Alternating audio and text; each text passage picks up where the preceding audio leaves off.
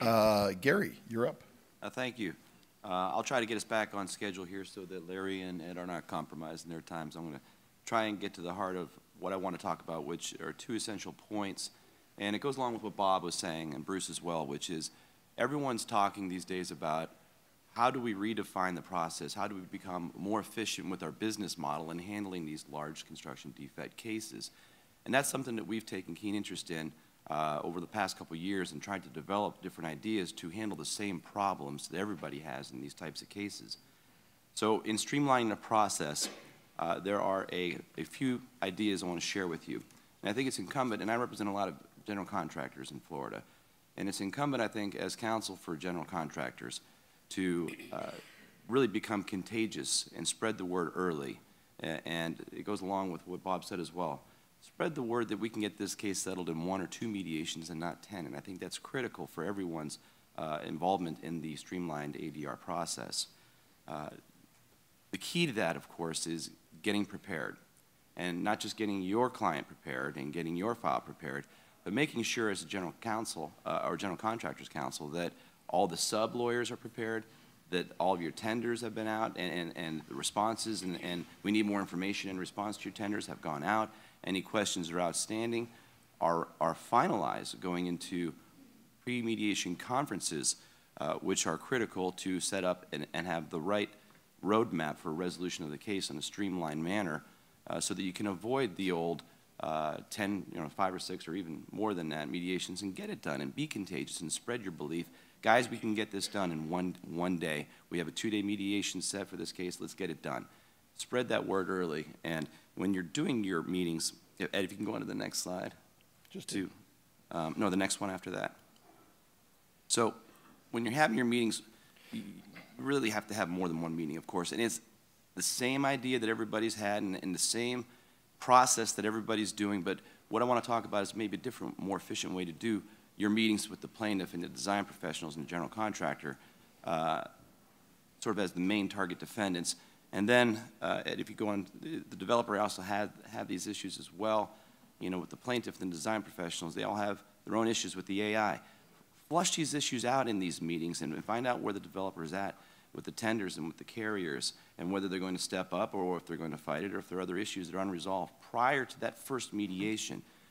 Again, be contagious. Don't wait for the mediation to occur to say, so where are you at on this issue? Resolve it before. And the way that we are doing it in Florida is sort of a different model. We've been handling it for the last year or so, where we're using technology to become really efficient in conducting these meetings because typically it involves counsel from a number of different cities. Despite the fact the case might be in one location, you're going to have lawyers from across the state, experts from across the country, adjusters from across the country. So while in years past we've had to have a full day set aside for travel and attendance at this meeting where everybody shows up and they argue in a room and say, you're going to pay this and you're going to pay that, and no, I'm not, and here's why. We are doing this over the internet now, and we are scheduling it well in advance so that not just the lawyers can participate, but their experts, their adjusters, and anybody who wants to sort of watch what's going on. You'll have your presentation. Now, as a general contractor attorney, I'm going to have 2 presentations essentially because in my conference with the plaintiff and the design professionals or the developer, I'm going to have a different posture on the case and a different presentation and a different tone for that conversation. But when I have my meeting with my subcontractors, I have to have the worst case scenario to try and show everybody, hey, look, if despite what I believe and despite that you guys did a good job, if they believe the plaintiff, here's what you're on for. And it goes along with the allocation. I think Bruce may have touched on it. You have to have that out there, and that's part of the readiness process. So in developing a different way to solve the same problems, we have found that the use of the internet has been extremely well received, not just by the lawyers who find it more convenient because, you know what, I don't have to take a whole day or 2 days out of my calendar to attend this meeting, to communicate to my client, but also the clients are invited. Your subcontractor, your general contractor, they can attend this meeting too. Your insurance representative, everybody becomes educated on the relevant issues at the same time. You do not have the lag time of, well, my attorney attended this conference last week, I'm still waiting for a report. Well, the adjuster's right there attending this meeting as well. Everyone becomes educated at the same time. Again, the goal is to be contagious throughout this meeting and say, we can streamline this process, folks. Everyone has the same information. If you have rebuttal information, let's have it out right now, too. If you don't want to air your grievances to the masses, let's set up another meeting where it's just one-on-one. And again, the internet can do that. So I think that there is a process that can be established where we better educate everybody. And I'm not saying people aren't becoming educated as they handle cases now. It's just that there might be a better way to do it, and use of available technology, as I talk to my colleagues and other clients, really is not being maximized in the construction defect cases at this time. For whatever reason, it's being used in every other industry to its fullest potential. But we're just really on the cusp of using the internet, webinars, and exchange of information electronically to save dramatic amount of money. Because if you figure you have a case with 20 subcontractors, that meeting alone that the carriers would have to fund to fly their counsel to the meeting, to get their experts prepared for that meeting, maybe even have their experts attend that meeting, it substantially cut. And that's just one case. And so if you think about how you can apply this model perhaps to all your cases, it could really streamline the process. And another idea that we've had that we found to be quite successful is the use of more than one mediator for these larger cases. Now, initially, people are somewhat reluctant to say, I'm not paying for 2 mediators.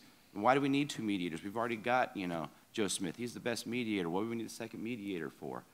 Well, what we're doing is selling people on the idea that if you have 2 mediators, one whose sole purpose is to address the plaintiff's claims with the general contractor, the developer, the architect, engineers, and then you have the third-party case where you have a separate mediator who's hustling all day, working between the subs, the general contractor, and even insurance representatives, if they have coverage counsel present, resolving all of those issues and building the pool, if you will.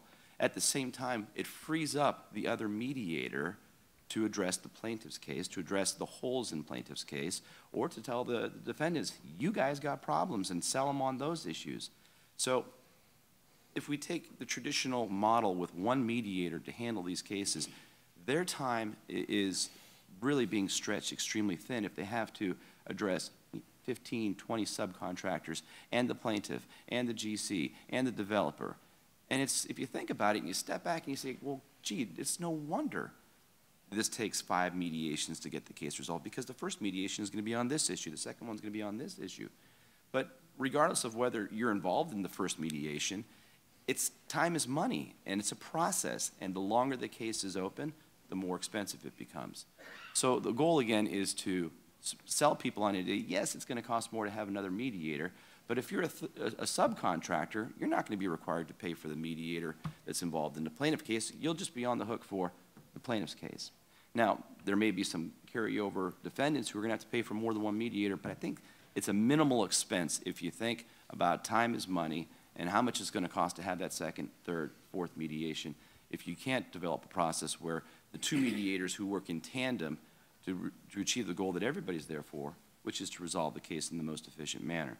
So again, the 2 ideas that we think would benefit everybody is the use of technology, and consider using 2 mediators in these larger cases. Thanks, Ed. Thanks, Gary.